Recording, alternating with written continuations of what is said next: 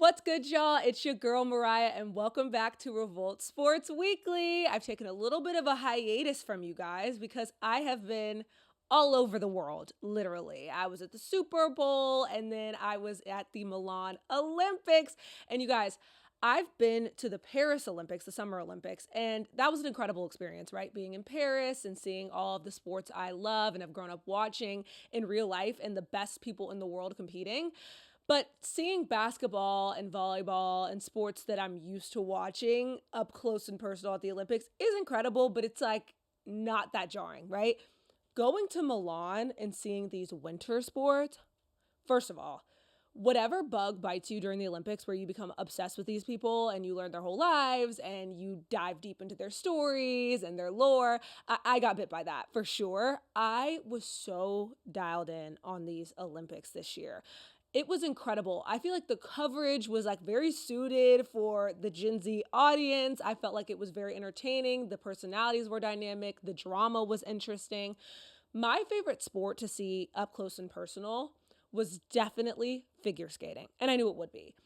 Figure skating has always been of interest to me. I mean, one of my first videos that popped off, it was me talking about Nancy Kerrigan and Tanya Harding. And so to see up close these women competing in figure skating is just like, they take a sport that's already hard, like ballet or dance, and then they're like, do it on ice.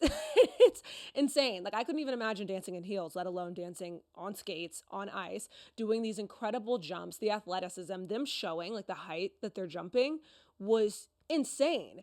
Alyssa Liu, the woman that you are, I think the most incredible thing about her and overall these Olympics was like seeing this new generation of athletes that refuses to conform to what the norm was before them. Alyssa Liu didn't look like a figure skater to me. And I mean that as a compliment. Like, she looked like an alt girly, stylish, like somebody that you would save to your Pinterest board, not necessarily like the classic swan like figure skater, from her costume to her hair to her smiley piercing. Like, her wearing a gold dress, that's considered bad luck in figure skating. And then to go on and win gold, and in the arena when she was skating, it was so joyful. And figure skating is typically a sport that is very emotional and serious, and they're dancing to like these well-composed piano and violin music, and they're doing this beautiful dance that almost feels a little bit sad in a way. It's beautiful, but it almost feels a little bit sad. And I mean, to go out there and be dancing to Donna Summer and everybody is clapping and like up and dancing with you, she commanded the room and it was incredible. And I just knew she was going to win a gold. I just knew it. I was feeling all types of patriotic. I also saw ice hockey up close and personal, which I've never been to a hockey game. I was thrown off by how small that puck was. Like, I know that sounds like such a small thing, but it was so hard to follow because of how small the puck was. There was a fight. I was expecting there to be a fight, and there was. They didn't disappoint. It was incredible. I was rooting for every single team. I was very proud to be American in this time, and to see all of the different Americans representing us in the Olympics was really incredible. But to see people from all walks of life come together and support their teams really is what sports is all about. And to come to Milan and to see this special moment, I just can't wait to see what it's like when we host this in LA, because I will say, having gone to Paris and going to Milan, the environments were very like chill, very serene, very calm. There is not liquor in the stadium. I feel like a lot of people don't know that. No liquor. There is like beer, and I think it was only Corona. And then there's like spritzes. Like, you can get like a pre-made Aperol spritz. No liquor. And you have to like wait in a long line, and it's like a whole thing to get it. So like, people aren't drinking. So, you know, when they're like, do the wave, people are like, yeah, the wave. Like, it's not like an American sporting event where it's like super rowdy and loud and OD and the music is super loud. Like, everybody is a serious spectator. The guy next to me at figure skating had binoculars to watch. Like, everyone is very prim and proper. I feel like the energy is going to be very different when this takes place in the USA. They're going to think we're crazy, y'all. But otherwise, an incredible experience. But it wasn't without a little bit of controversy. So I can't wait to get into that with today's guest. I am so excited to have today's guest on the show as a fellow girly who's not afraid to share her opinion, Cari Champion, a broadcast journalist on CNN, storyteller, and host of Naked with Cari Champion, and a new show, Flagrant and Funny with Jamel Hill. Cari, how are you doing?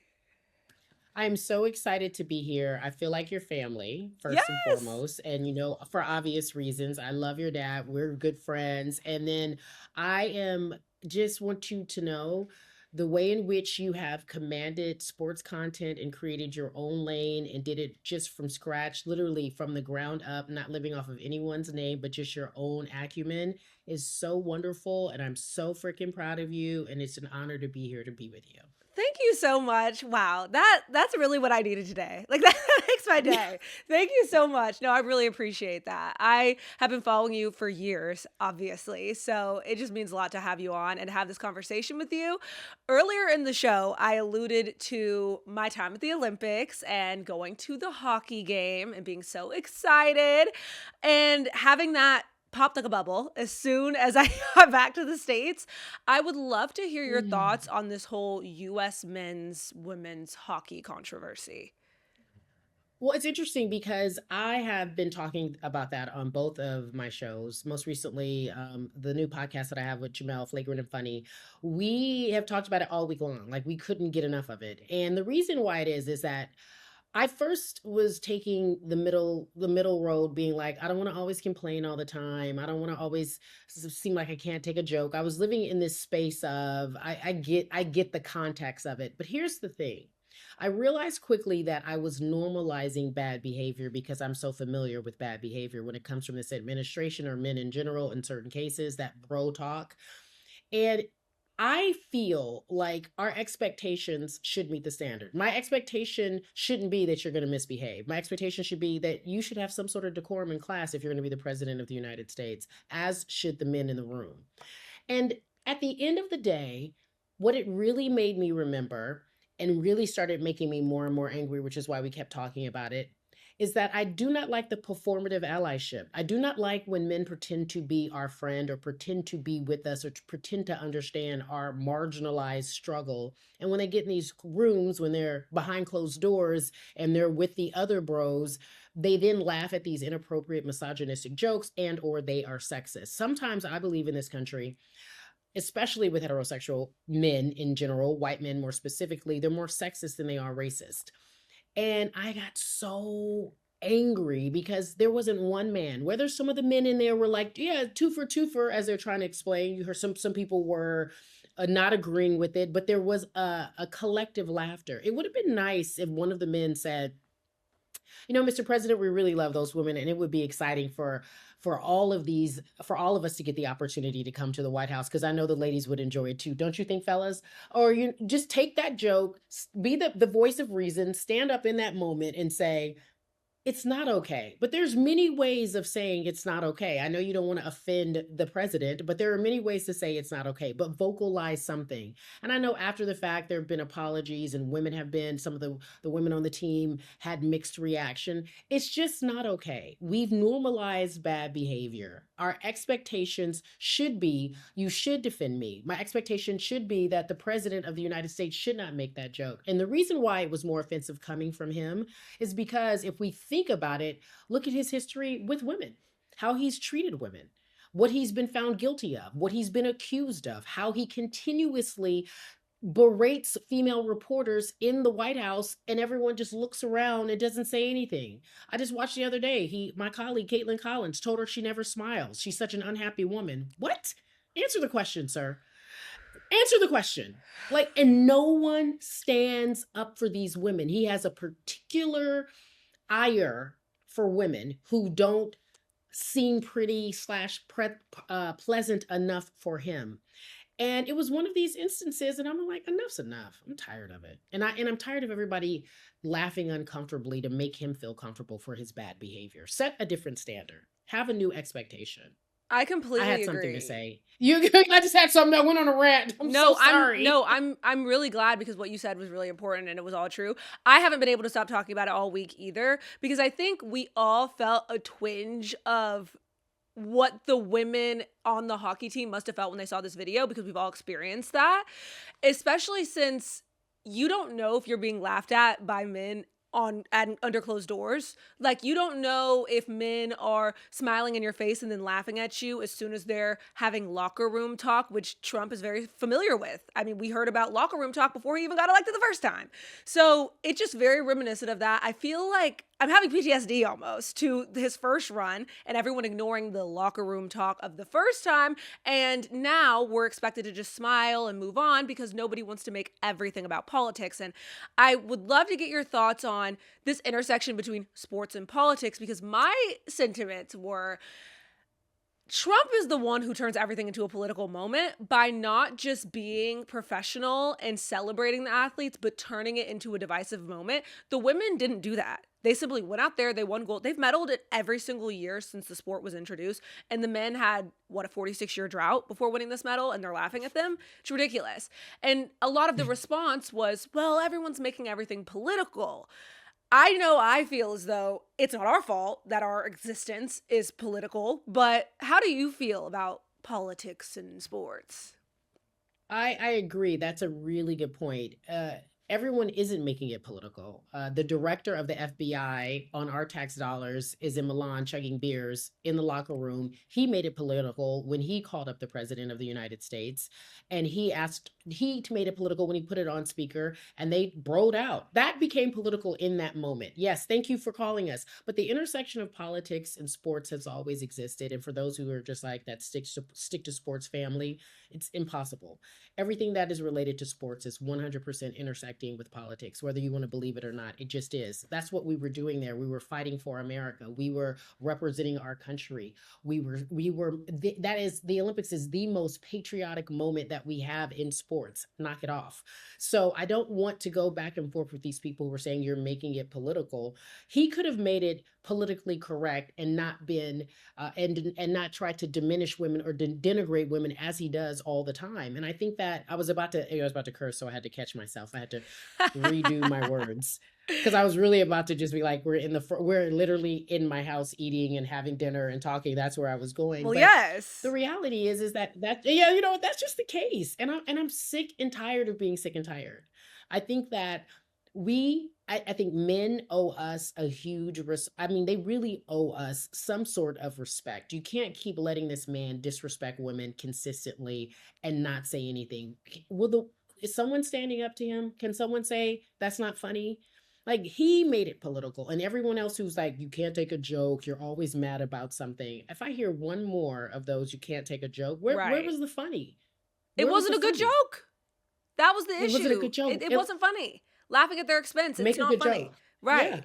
Yeah. And the part that was really heartbreaking about it to me is, in this Winter Olympics cycle of 2026, this is these women's first experience with the everyone watches women's sports exploding across the country. And, the WNBA got to experience it, everybody rallying behind them in a certain way, and that increase in viewership and attention. And we got to see that in Paris.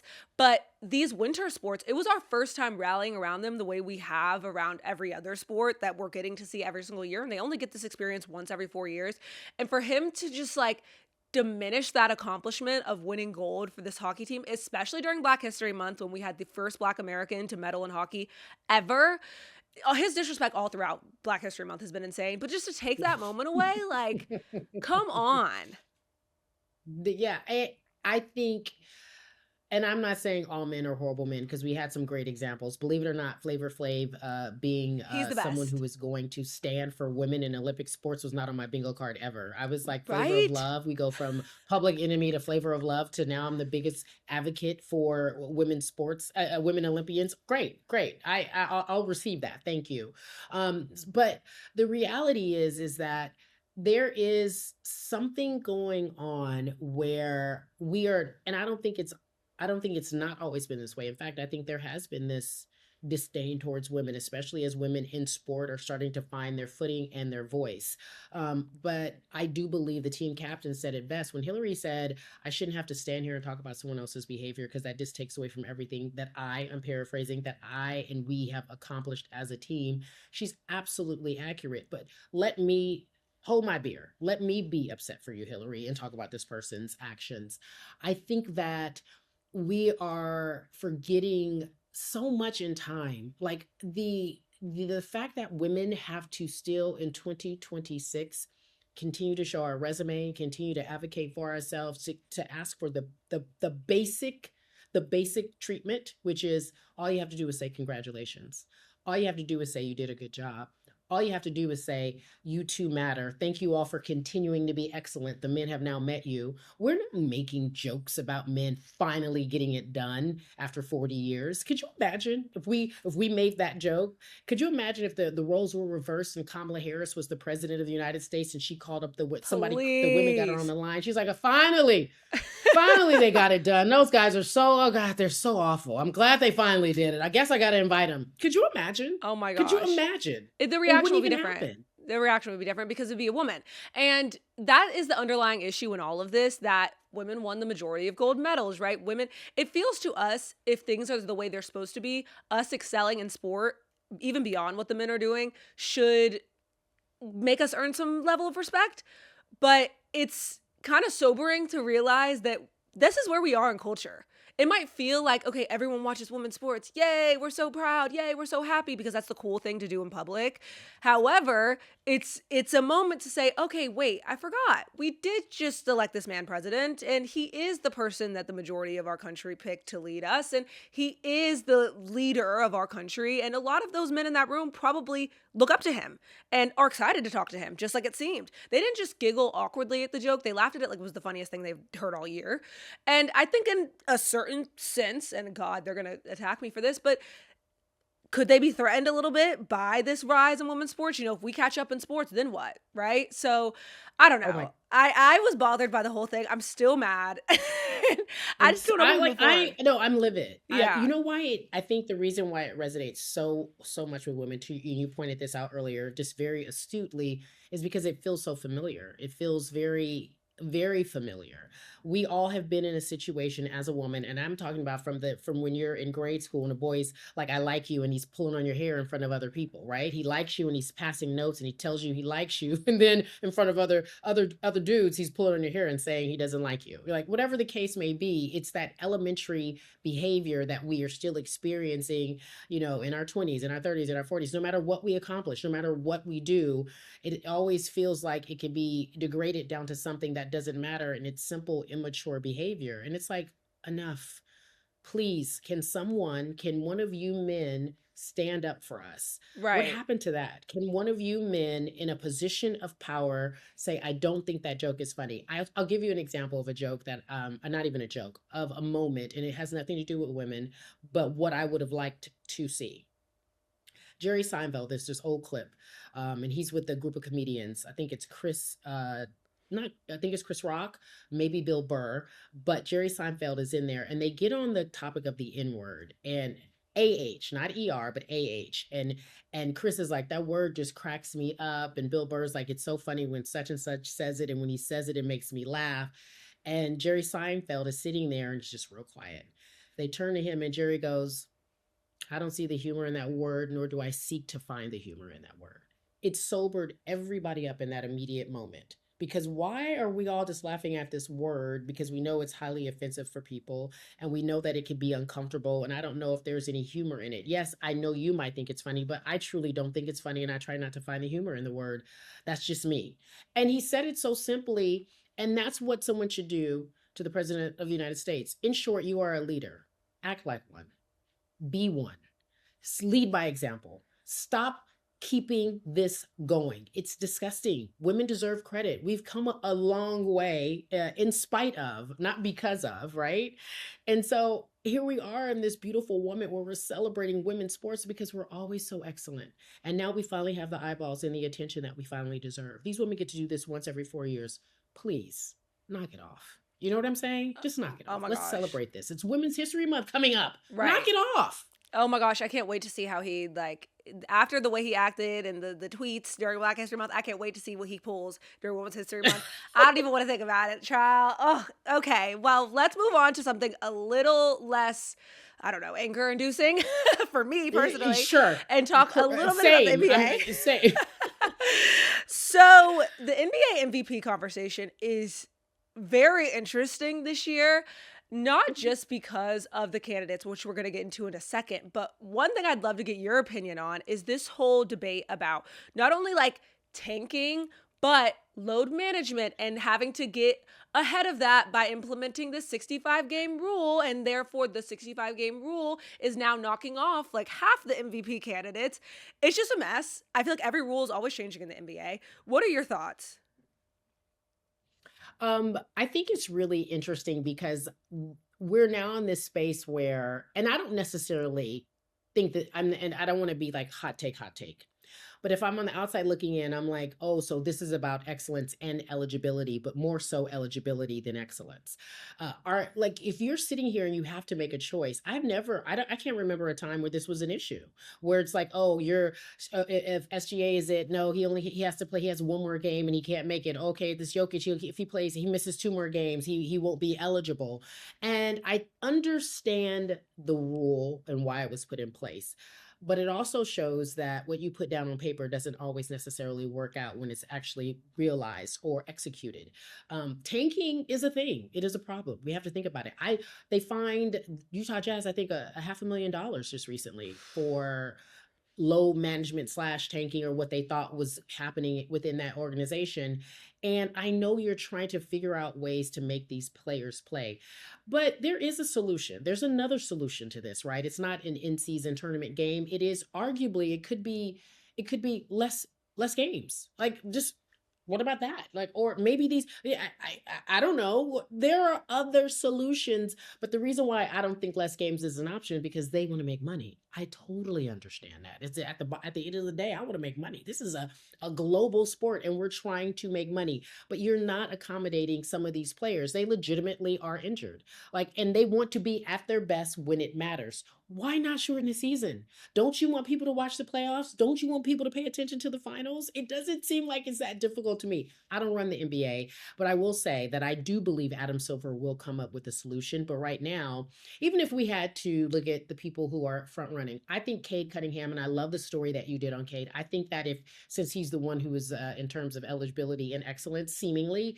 if he won, I don't think voters would be upset. I don't think that people would be like, how dare he got it? He only won. It's fake. He got it because he was the only one eligible. But I do think that this brings into question this rule and how they should start looking at other ways to accommodate these players and teams. There's no a $500,000 fine to somebody who's worth $1 billion, an organization worth $1 billion plus is not going to really. Yes, it's going to deter them, but not too much because they're going to, in their mind, they have a bigger plan. They have a longer plan. This isn't, they could care less. And so I think they need to figure out a way to get these generation of players to actually get involved and play. Right. There are more car accidents when the cars are going faster on the street, and these players are faster, stronger, and more talented than they've ever been. And that's just how life works. They've evolved into being so uber talented that it is dangerous to play basketball 82 times a season. I think that there's gonna have to be a way eventually, and people jump me every time I say this because I understand the money thing, Yeah. but at the end of the day, they're souring the product. Because if you're making Sure. money off of 82 games, but 45 of them don't matter because people aren't caring, the stars aren't playing or they're I, hurt, right? Like, and my thing is, I think a lot of this argument for me, especially earlier around talking about Kawhi load managing or Joel Embiid load managing, became very like, okay, they don't want to play. It's annoying. I don't even want to buy a ticket because I don't know if they're going to show up. But when we're talking about players like SGA and Jokic, these guys aren't just taking games off because they feel like it. They don't just want to not play. They're hurt. They're hurt. And players are increasingly getting hurt.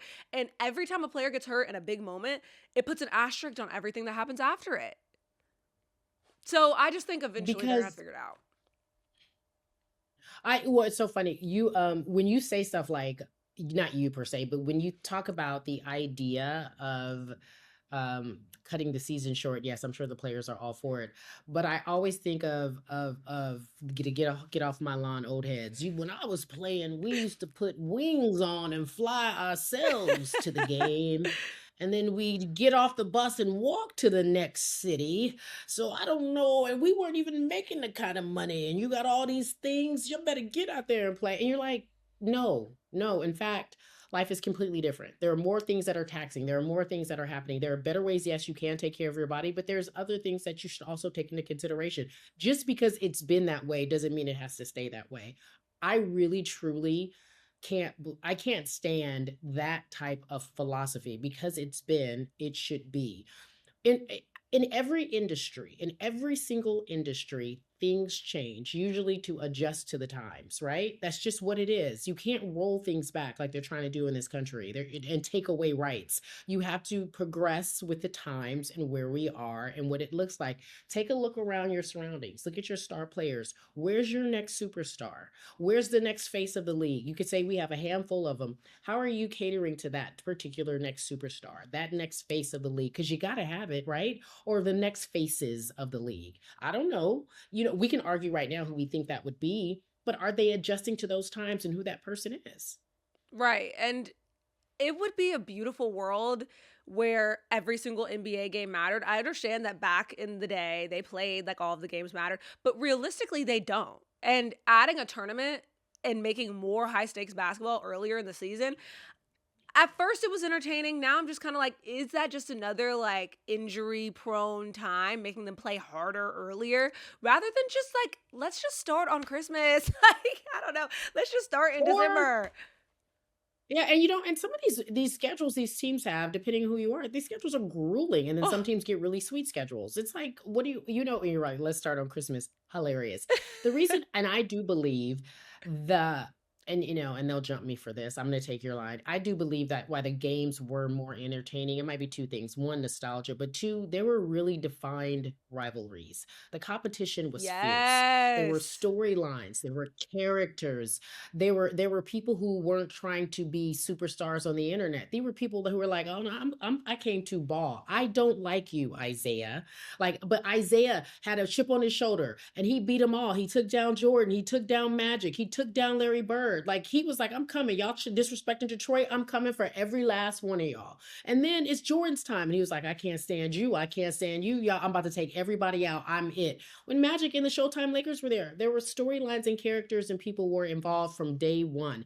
I don't see, and look, no, I'm not watching all 82 games, but I don't see these storylines and these characters. I don't remember the last time that I was like, well, let me tune in and watch. I even most recently, when it was Golden State and Cleveland Cavs, and I was like, oh, they about to jump LeBron. They jumped him on the court. They jumped his ass. And I wanted every moment of it. I was like, oh, they beat him down. But the year before, he got at him. And at that moment, nobody couldn't tell him he was king, right? So those storylines, those rivalries, that's what people want to tune into. And you can't create that if you got a group full of people or a group of players who are required to do certain things that don't necessarily adjust with who they are. So the 65 minimum, this requirement, to me, yes, I understand you're trying to solve one problem, but you're also taking away something else. And so they really truly need to start catering to these superstars and where there could be these rivalries, in my opinion, and there could be these relationships where people are excited to watch. I need some theater, even though they say the NBA is scripted. I need some more theater. I need more I theater. agree. They like each other too much. I don't want to see you on each other's podcasts and hey bro, like I don't want to see that. I need there to be a little more disdain. The other day there was a fight between the Knicks, I believe, and the Hornets. Oh no, the Pistons and the Hornets. It was the Pistons and the Hornets. And it was Good electric. times. I was like, yes, but I don't think anyone wants to be the villain. That's what I think it's attributed to. You talk about Isaiah. Nobody wants to be the person that nobody likes, I feel like, in today's day and age because of social media. Perhaps. I think we have a few. Draymond likes to be a villain. For Draymond sure. doesn't mind, But he's not a right? superstar. You're right. That's why he has to be a villain Like because Dylan he's Brooks could creating be a his own villain all lane. day, but who cares? Like he's not losing out Yeah, on. he doesn't matter. Yeah, you're talking about yeah, you're right. The superstars want to be liked or they think that that equates more money. I don't know. I think that we could get and not necessarily a villain, but someone who's okay with being uncomfortable. I think Ant was like that for a while. For sure. I feel like Yeah, I agree with you. I agree. I think that there are these situations where people are afraid to really truly to be themselves because everyone is a carbon copy and you're online and you're thinking this is what I should do. And now, like, you know who I want to just rest in his role of being a villain and not hide behind it is KD. Like, I was gonna bring that up. Like, be a yes. villain. Yeah, yeah, I had a burner. I don't like this dude. He makes me sick, to be quite honest. Yeah, or I think he's a chump. It's okay, Katie, you've earned the right to say that. It's Exactly. You're okay. talented enough. I watched Starting Five recently, which it's unfortunate they're not doing it anymore, I don't think, because it was really good. But I just watched Starting Five, and Katie was talking about being a natural villain and just like kind of taking that role on ever since the Golden State situation. And as much as, I still don't think it was a great move, it was entertaining at the time. Like that was a storyline at the time. KD and Russ, and James Harden has had so many stories. Now he's been on so many teams, it's like confusing. But it was Yeah. entertaining. I wish he would just own it. And I think, but people have beat him down so much on social media and in the media about it that it's kind of like, I'm just not going to answer it. And I would rather you just say that I stuff you're saying on your burner in the press conference. And no, and by the way, we've seen him do that, right? We've seen him attack people online. So or come back, not attack, but come back at somebody online. And that story, you referenced that story. Of course, I remember it so well because I had said something that pissed everybody off, and Dame Lillard, that's when I first got jumped. Dame Lillard had tweeted about it, and I was like, they beat me down. They beat me down until he actually left Oklahoma and went to Golden State. Then you weren't beating the dumb girl down. The dumb girl maybe knew something about sports, but I think KD has done, and Jamel on our recent podcast talked about this. Her take was that it's his generation. I was like, that's some real old head stuff, Jay.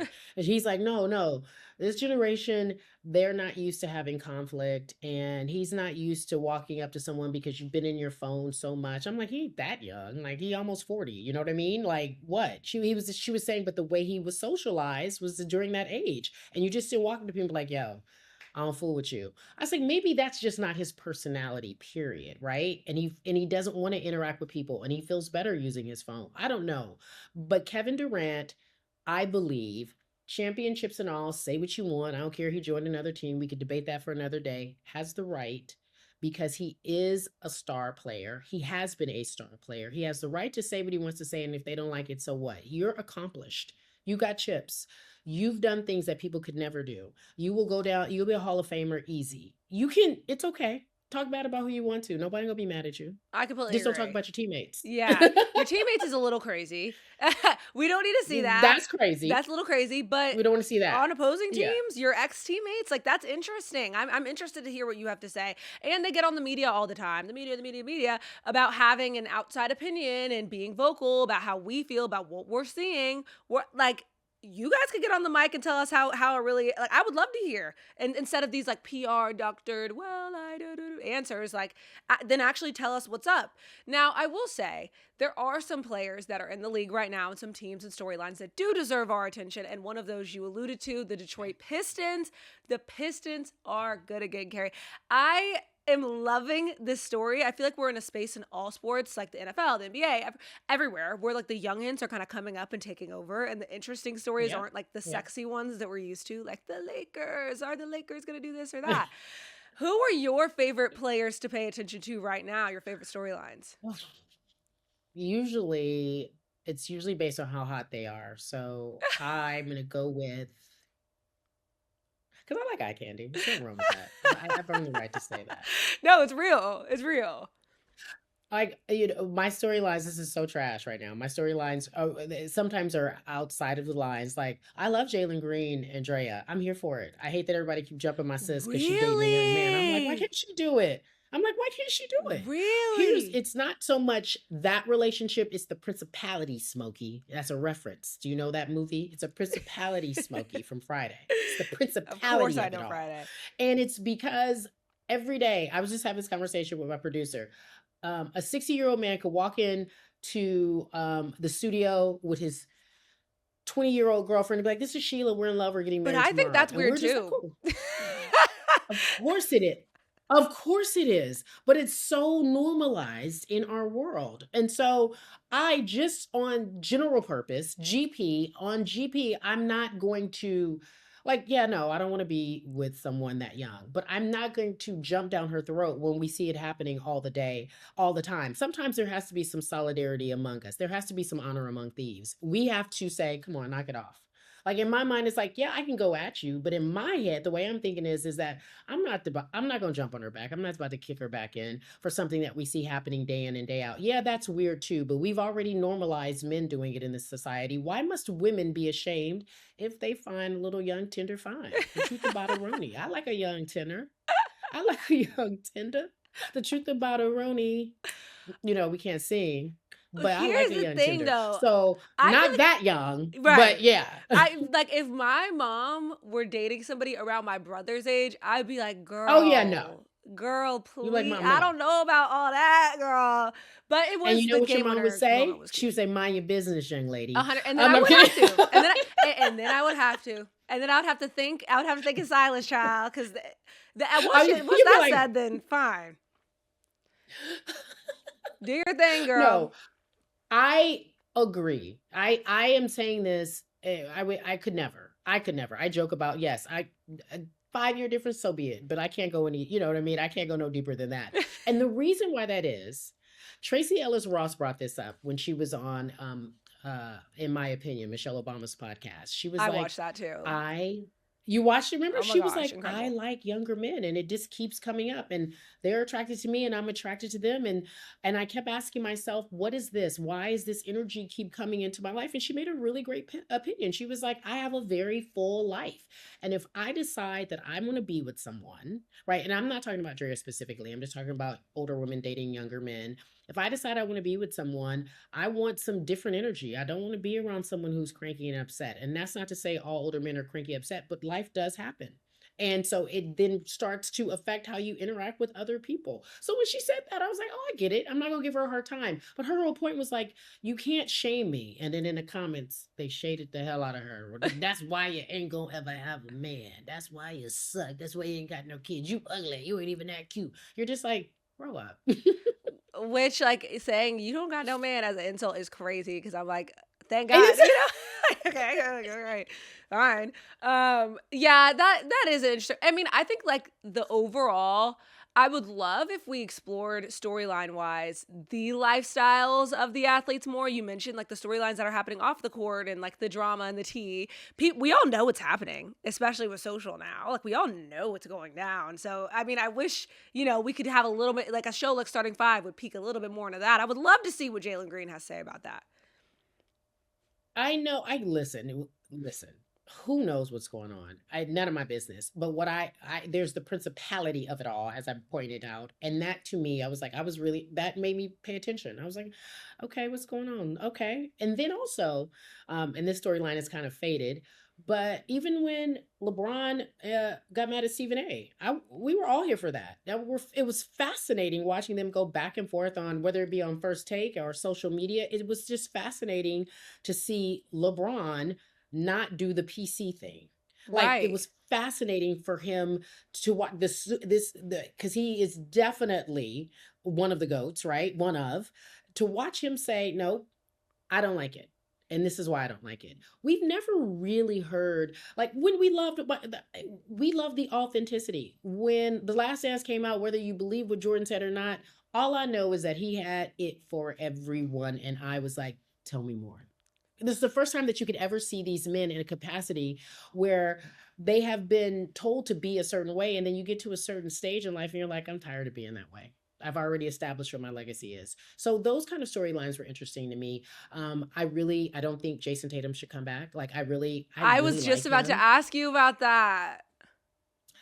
I really like him, and I think he is a superstar player. I'm a diehard Lakers fan, so I'm gonna say some bull. Like I would love to see him, because I know he loved Kobe so much. I would love to see him one of our jerseys one day. But I'm like, what's the rush? But I know there's a rush for them. When you're that competitive, I understand. Like you're like, I could do it. I'm 5 on 5, 9 months out. Like, okay, but really? Do we need you? Now, and then of course, in my mind, I'm like, don't, well, no, you shouldn't. Just take your time, but I just don't think he should come back. I like to watch Jalen cook. Let Jalen cook. That's Let his exactly hair my spread opinion everywhere. about it. Yeah, his hair. No, for real. That's exactly my opinion on it. I think seeing Jaylen Brown have this moment as the number one option, and he's done well at it, has been really refreshing. There is absolutely no rush. They're both still in their 20s. They both already Seriously. won a championship. They both have been to the conference finals, I believe 5 times for Jayson and 6 times for Jaylen. They've proved enough that it's like there's not really any like urgency to win the championship this year. You have so much time. On top of that, I am sick of seeing star players injured. And for him to rush back, you haven't been on an NBA court all season. You're going to rush back at the most heated part of the season. It's dangerous. I don't like it. I need him. We can see you next year. That's how I feel. But you also know what makes him excellent is that he eat, breathes, sleeps basketball. Not playing, being possibly or even having a percentage chance that he can actually be in the playoffs and play with his teammates. That's where he wants to be. He wants to go to war. He wants to battle.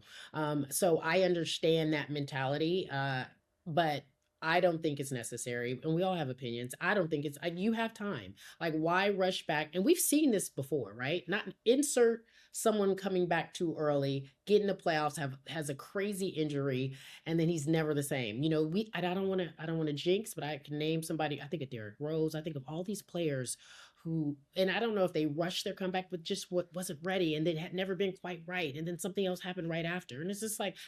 Oh, he could not come back and then start next season and have something not good happen. I wouldn't wish that on him. We just don't know, but I don't think there's a rush. I really don't. Let Jalen cook. He got it.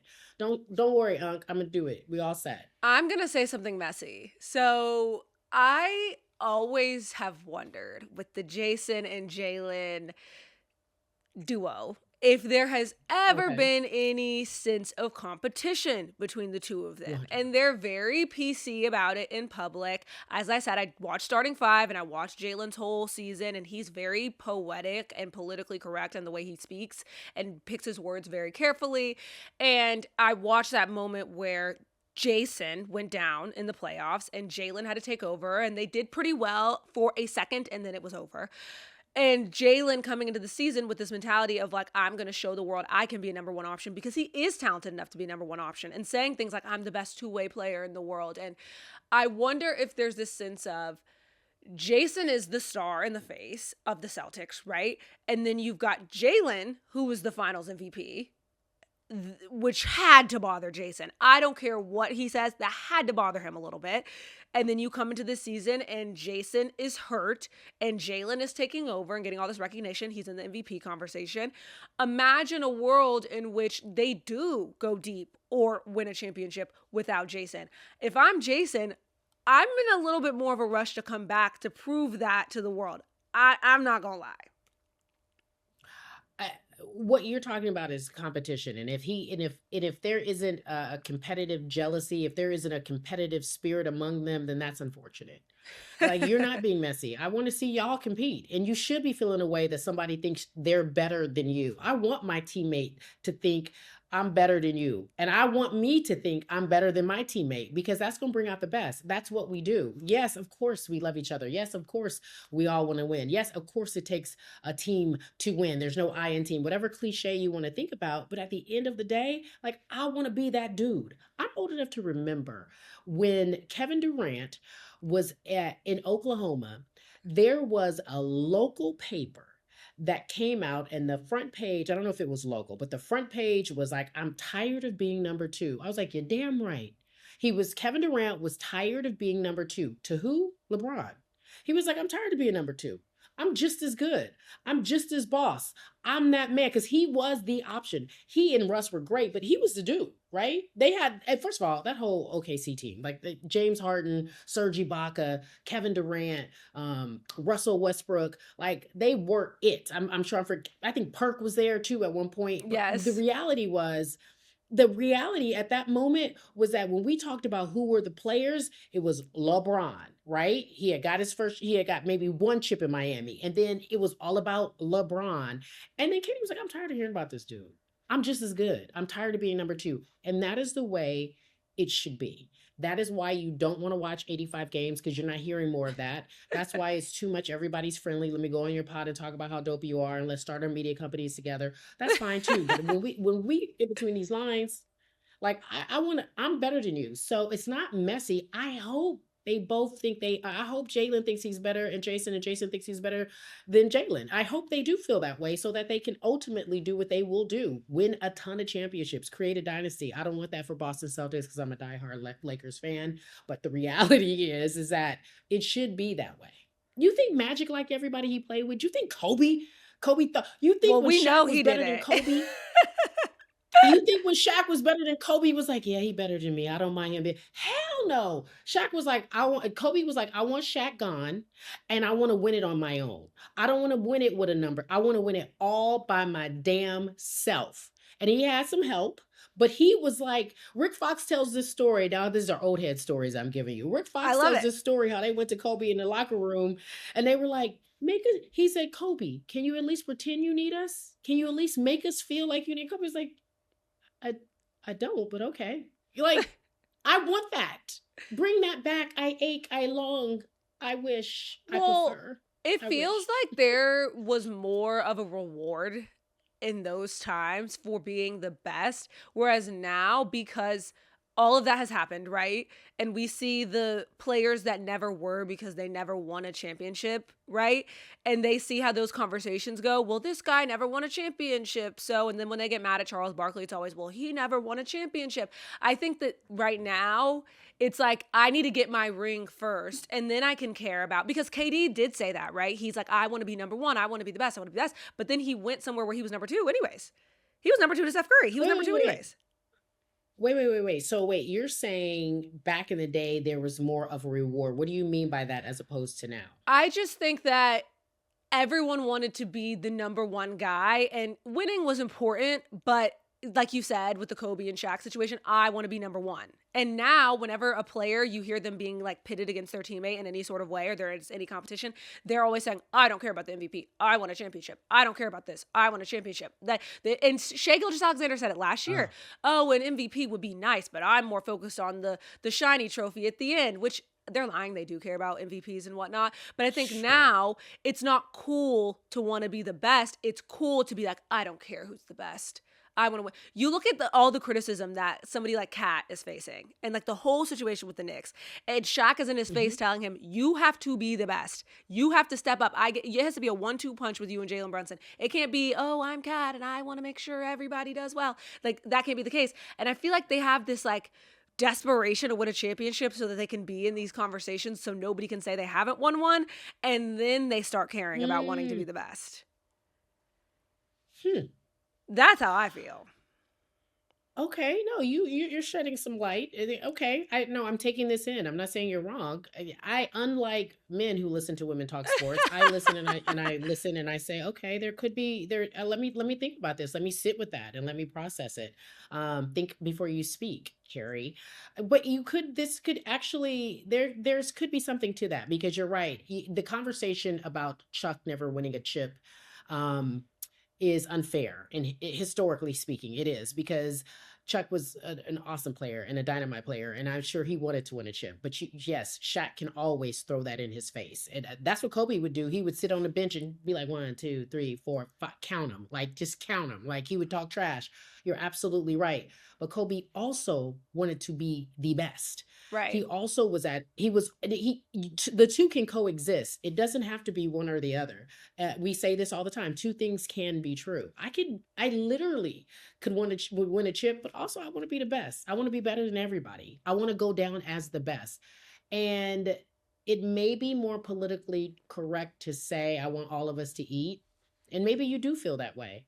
But I'm just of the philosophy that the two can coexist. Wanting to be the best and also win a chip, you can do both. And you need one person on that team that's like, I'm gonna take you to glory. You gotta have one. Like if you're not the man, because and the reason why Shaq is saying that to Kat is like he's like, and he said that up to a lot of big men, Joel Embiid. He just gives because he usually, and nowadays it's different, but he was like, when Shaq was the most dominant. He was untouchable. They changed the rules for Shaq because he was untouchable. He was Superman, like he called himself. You get him in that. He was fast. He was quick. He was light on his feet. There was nothing against him, and all they had was the hack of Shaq, right? So he remembers a time when nobody could touch him in terms of it was me against the world, and that is it. And so I know why he feels that way. So I guess you're right. There could be just this new mentality of I want to win a chip and we're all going to do it together. And it's not necessarily kumbaya, but it is, that's not the priority to be the best. If we're going to win, we're going to win it as a team. I'll have to get back to you on that one. I want to chew on that one. I like that. Now, speaking of being the best and winning championships, let's talk about LeBron James because you're a Lakers fan. And I love to talk to Lakers fans because I never know what's going on in LA. I don't. I never know what's going on in LA. I'm so confused. We're so perfect. What are your thoughts on your team? And then we'll get into LeBron because I have to ask you the golden question about LeBron. What do I think about my team? Oh gosh, I can come on here and lie. I can come on here and tell you I love my team and I think they're great.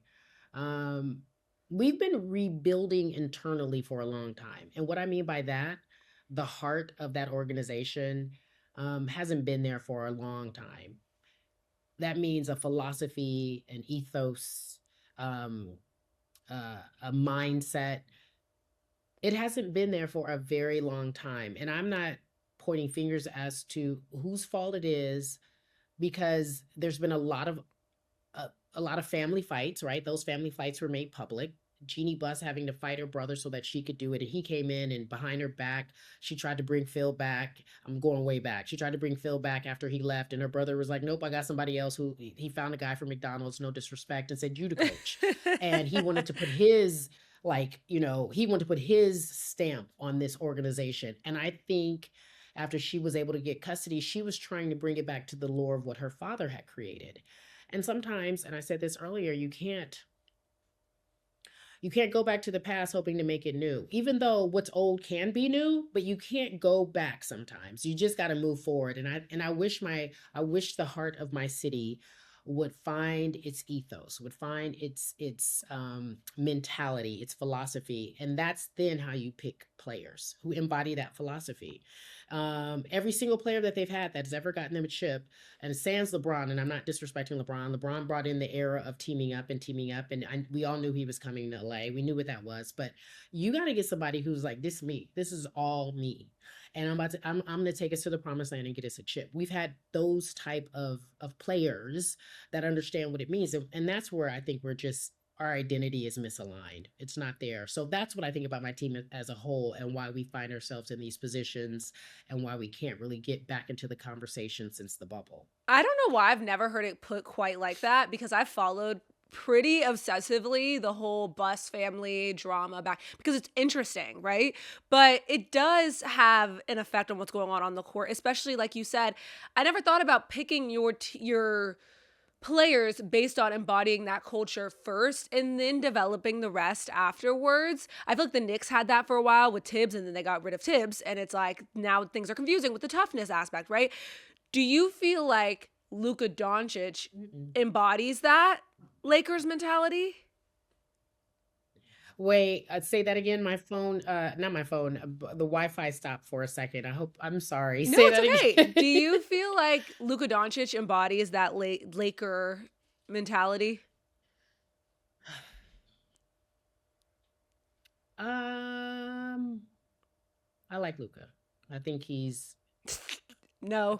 young. No, because here, there's a couple of things happening. I don't think he ever wanted to leave Dallas. Like, I really feel like that might have been home for him. That culture, that city, that environment. He doesn't. Usually, when people come to LA, they're a little swaggy because LA is Hollywood. Like, it's okay to see Holly Berry just right there saying, "Hey, Luka," and you enjoy that. Like, I don't think that is who he is. I don't know if LA itself and what comes with being a star player with the Lakers is who he is. It's not that you have to be fancy. I just don't know if it's who he is. I think every person who has fell into that position, who has been a star, has enjoyed it. I think LeBron has enjoyed it. I thought Kobe enjoyed it, but not in a very like Hollywood way because he kept the main thing. But if it came with being famous and hanging out with Steven Spielberg and learning how to be an animator and getting my first Oscar, so be it. With my first try, so be it. Like he embraced the culture of what it meant and what it looked like. And I don't want to say just being in LA is about being fancy and because people give LA a bad rap, but that's a part of the culture.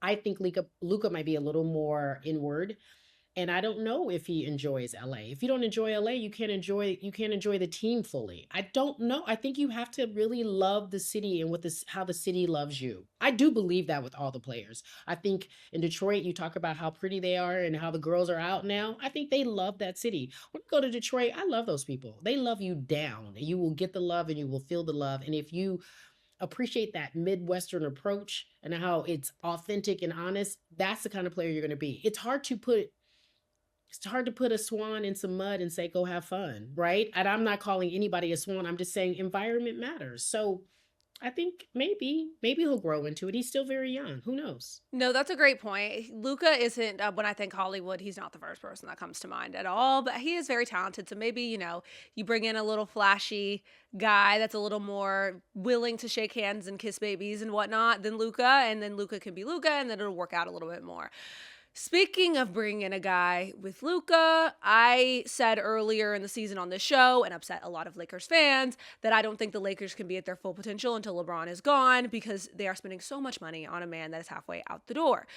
Before we wrap this thing up, I absolutely have to hear your thoughts on the golden question everybody is talking about, and that is, what is next for LeBron James? Will he be a Laker next year? Is he going to go back to Cleveland to retire? Is he retiring anytime soon? Is he waiting for Bryce?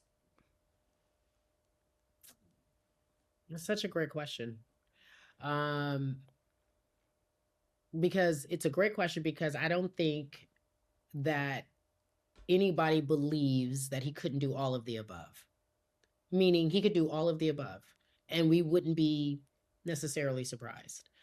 Meaning he could retire and we'd be like, okay, now he's going to go in, as we heard rumors of him perhaps going into team ownership because he said he wants to own a team. Or he could be like, I got one more year in me. Get me somebody young and fresh who can make me look good. And because I know, like any champion, he wants one more chip before he leaves, right? As they all do. He could wait for Bryce. I think that feels like a stretch to me. I think he learned some lessons with Bronny, right? If I were a betting woman, I'd say he got one more season. I'd say just one more, depending on how the end of the season goes. Like if they make it to the Western Conference Finals again and they fall short, because they were going to lose to Denver. There was just no ifs, ands, or buts about it. That was just going to happen. They didn't have the right. It was their time to win. But I think depending on how the season goes, he might decide at the end of the season, as most do. You like decide. But the bigger issue is that when you're a star like that, I look at Michael Jordan, I look at all the people who had such a hard time retiring. There's nothing to replace it. There is nothing that can replace that adrenaline rush. There is nothing that can replace that feeling of when you really ball, you ball. And you tell me what you think, because I'm interested in your philosophy. I still feel like a healthy LeBron, whether we see it 20 games, still is fearful. Like I still think people are like, don't get this old man started. Is he his groin is good? He feeling good? Like there is this like, oh, I don't want to deal with this one. He still can, in like how when I always reference Serena was going to retire and we knew it. But the game that we thought she was going to lose at the U.S. Open, we were like, everyone came. They were like, this is her swan song. She's going to be out in the first round. Serena was like, ha, joke. And we're like, wait, are you about to make a comeback? Like, there is still this thing that makes you feel like there could be something left. If I ever LeBron, I'd maybe play one more year and then call it a night, depending on how the season is. Like, I would just call it a wrap. I know he just doesn't want to go limping out, and I fear that for him. That's exactly my philosophy on the situation. I don't want to see the version of LeBron James that's limping out. I don't want to see that. I have LeBron on this pedestal because growing up watching basketball, it was like LeBron. I was a LeBron hater up until Cleveland, this is for you. Then I was like, okay, I have to like this guy. But he was the guy. And so I don't really want to see that be disembodied before my eyes. I don't. I feel like LeBron is still very talented, and it's not an ability question, because I do think he has the ability to answer your question. I think that it's exhausting that he's trying to play two skills that aren't necessarily native to being LeBron James, because he is getting older and because he kind of has to adjust to other people, Austin Reeves and Luka Doncic, and they both want the ball and LeBron wants the ball. But I'm the old guy and I've got the basketball IQ, so I can adjust and practice playing off the ball more. And it's exhausting to try to like be who you're not this late into your career. I think he can make an impact, but win a championship, there's just so much luck that has to go into that. It's hard for me to say as an outsider, like, I mean, don't obsess over that, because he's an athlete. Of course he's going to obsess over that. I'm not, if I had a bet on that happening, I wouldn't. I hope it does for him, but I wouldn't. I want to see LeBron go out on top, and I want to see him be celebrated. I would like to see him go to Cleveland, have a farewell tour, us all be like, LeBron, especially since that team is already talent, like they can already do it, you know, like if he does have a chance to win a championship, it probably would be there. I would like to see that, and him have his farewell tour, and us say goodbye to LeBron, and then it be over and he'd be out after next year. But the Lakers, I feel like he's kind of holding them back a little bit. Yeah, well, that was the same narrative when Kobe. They were like, Kobe, it's time to go. You're taking too much money. Kobe was like, y'all crazy. His last deal that he got, he was like, you think I'm taking too much money? He was like, wait until these new media right deals come and you see these kids making $200 million guaranteed. He was like, you got me messed up. Give me this little money y'all about to give me because I made y'all more. So yes, that's also a part of it. When any player, not even just LeBron, but any player, when you're making so many concessions for one person, and it's at the detriment to others and or the franchise and or whatever else, the business of it all. Yeah, it could be a thing. Lakers are preparing for a rebuild for sure. I think LeBron still has enough social equity in basketball for him to make that decision when he decides to leave. But I tell you what, the only advice that I would ever give anybody, you look, and this is personally or professionally, I'm not staying where I'm not wanted. If y'all don't want me there and y'all leaking information and telling stories about me, then all right, bet. I'll go elsewhere where I'm loved and adored and Agreed. cared for. Because if they don't want you here, then I ain't got to be here. And I think that's a choice that he also has to make. Like, he has to really feel the temperature of what's happening as people are leaking stories and saying he's a problem. And he's hearing the same conversations that you're hearing. And that, to me, that is where he will ultimately decide where he'll go at the end of the season and or if he will continue to play. Yeah, it's going to be an interesting rest of the NBA season to see where the future goes. We're in this weird transition period, but it is quite entertaining. And, you know, it's about to be springtime, and that's when the basketball really picks up. So I am ready. This has been so much fun, Cari. I could sit and talk to you all day long. I feel like I'm at dinner. But please tell the people where they can find you, because I know you got a new show, girl. Yeah, you have to watch it on YouTube, Flagrant and Funny. It's with Jamel Hill and myself, and we are very much the cool ass aunties in a room being really ridiculous because we've earned it.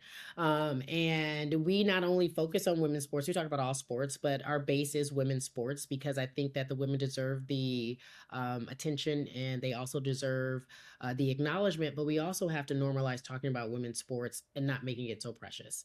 The same way that we're able to sit here and be critical and analyze these NBA players, we should be able to do the same with the WNBA players and with people in other sports. And so I think we are in this space where we just want to treat them as athletes and make sure that they get the respect that they deserve, right? And then you can find me on all the socials. My name, Cari Champion. And then I think the biggest thing that I do now there was is that I do CNN. So I live in the space where it's really funny. You say, can politics and sports coexist? They do. In every aspect. I am not one thing. I am a multi-hyphenate, as are you. So you will not pigeonhole me. So I could do it all. And I would love if we had all the support. Amen, girl. Listen, I agree with everything you just said wholeheartedly, and I can't wait to tune in. Thank you guys so much for watching another week of Revolt Sports Weekly. Make sure to subscribe to us on YouTube and follow Revolt Sports on social media to be a part of the conversation.